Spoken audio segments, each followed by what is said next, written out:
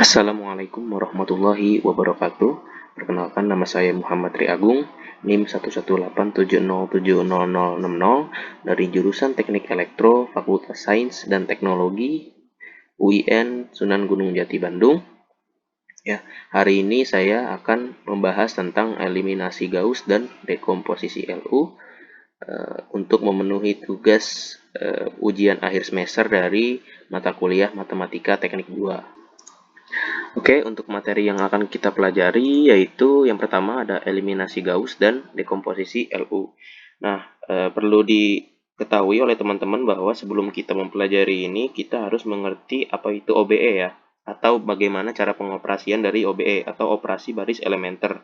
Nah, OBE ini adalah salah satu alternatif dalam menyelesaikan suatu bentuk matriks seperti menentukan inverse matriks dan penerapan matriks pada sistem persamaan linier. Yang pertama, eliminasi Gauss.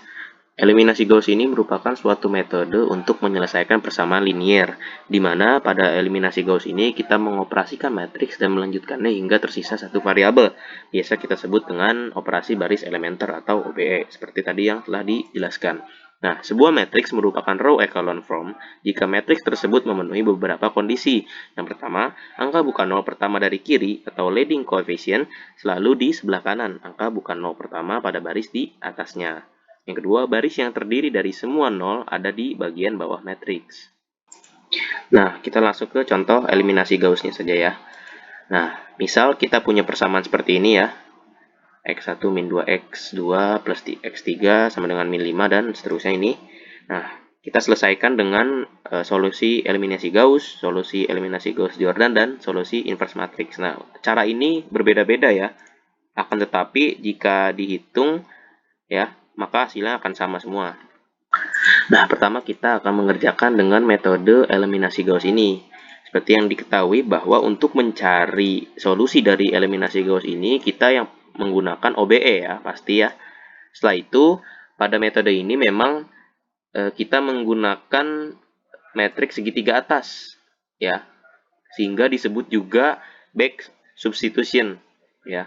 Mengapa back substitution? Ya karena kita mendapat nilainya itu dari X3 dulu ya, dari bawah ke atas ya, maka disebut back substitution. Nah, terus dicari sampai ditemukan X3-nya, X2-nya, dan X1 ya, sehingga ditemukanlah penyelesaiannya seperti ini ya, 2, 3, dan min 1. Kira-kira teman pasti mengerti ya. Oke, selanjutnya kita mengerjakan dengan metode eliminasi Gauss-Jordan ya. Bisa kita lihat ya, ini sama menggunakan rumus OBE ya, seperti eliminasi Gauss sama ya. Nah, akan tetapi perbedaannya pada perhitungan terakhir ya. Jika pada eliminasi Gauss yang sebelumnya menggunakan matriks segitiga atas ya, nolnya di bawah jadinya. Nah, akan tetapi pada metode ini sudah menggunakan matriks identitas ya. Jadi tidak perlu menggunakan back substitution atau forward substitution lagi ya. Sehingga di sini hasilnya sudah tidak perlu disubstitusikan ya. Sudah menghasilkan hasil masing-masing di sini. X1 sama dengan 2, X2 sama dengan 3, dan X3 sama dengan min 1. Sehingga penyelesaiannya seperti ini, sama ya dengan metode sebelumnya. Oke, yang terakhir dengan metode inverse matrix ya.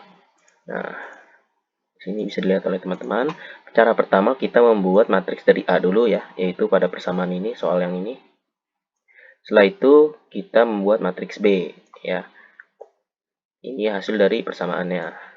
Setelah itu kita kalikan dengan identitas ya, matriks identitas ini.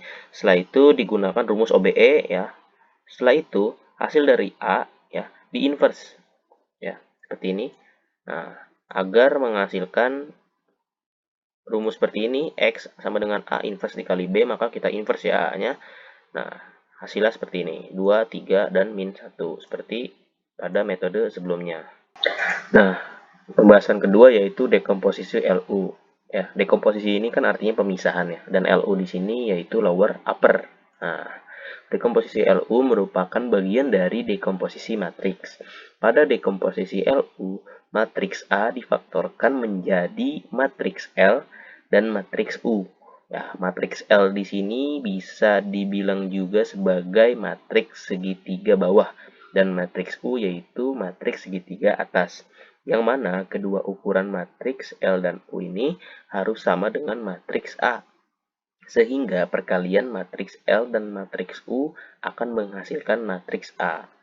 Nah, A sama dengan LU ya. Tadi kan harus sama dengan matriks A ya. Matriks A menjadi matriks persegi.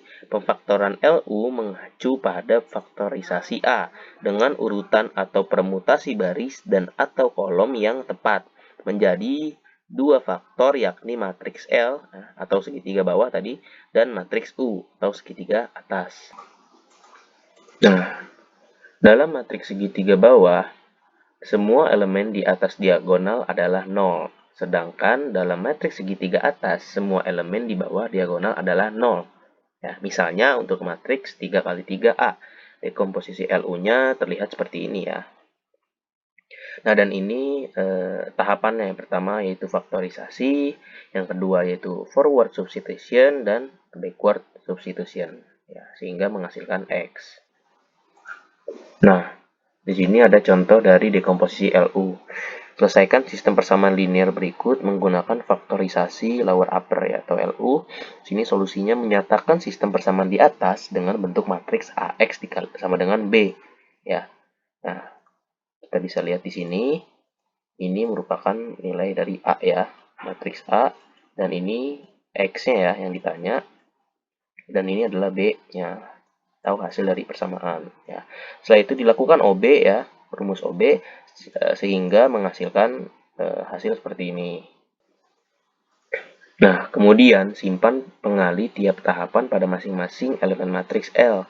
Nah, hasil operasi tersebut akan menghasilkan matriks triangular U. Nah, seperti ini ya.